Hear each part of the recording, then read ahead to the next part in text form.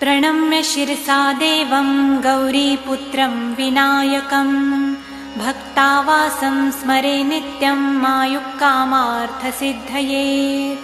प्रथमं वक्रतुण्डं च एकदन्तं द्वितीयकं तृतीयं कृष्णपिङ्गाक्षं गजवक्त्रं चतुर्थकं लम्बोदरं पञ्चमं च षष्ठं विकटमेव च सप्तमं विघ्नराजेन्द्रं धूम्रवर्णं तथाष्टमं नवमं भालचन्द्रं च दशमं तु विनायकम् एकादशं गणपति द्वादशं तु गजाननं द्वादशैतानि नामानि त्रिसन्ध्यं यः पठेन्नरः न च विघ्नभयं तस्य सर्वसिद्धिकरं प्रभो।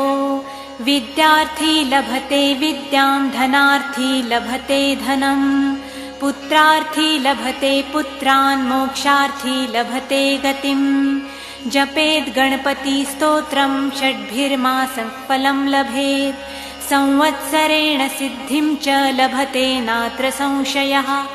अष्टभ्यो ब्राह्मणेभ्यश्च लिखित्वा यात् समर्पयेत् तत्स विद्या भवेत् सर्वा गणेशस्य प्रसादतः। इति श्रीनारदपुराणे सङ्कटनिरसन नाम गणेशस्तोत्रं सम्पूर्णम्। श्रीसीतारामचन्द्रार्पणमस्तु।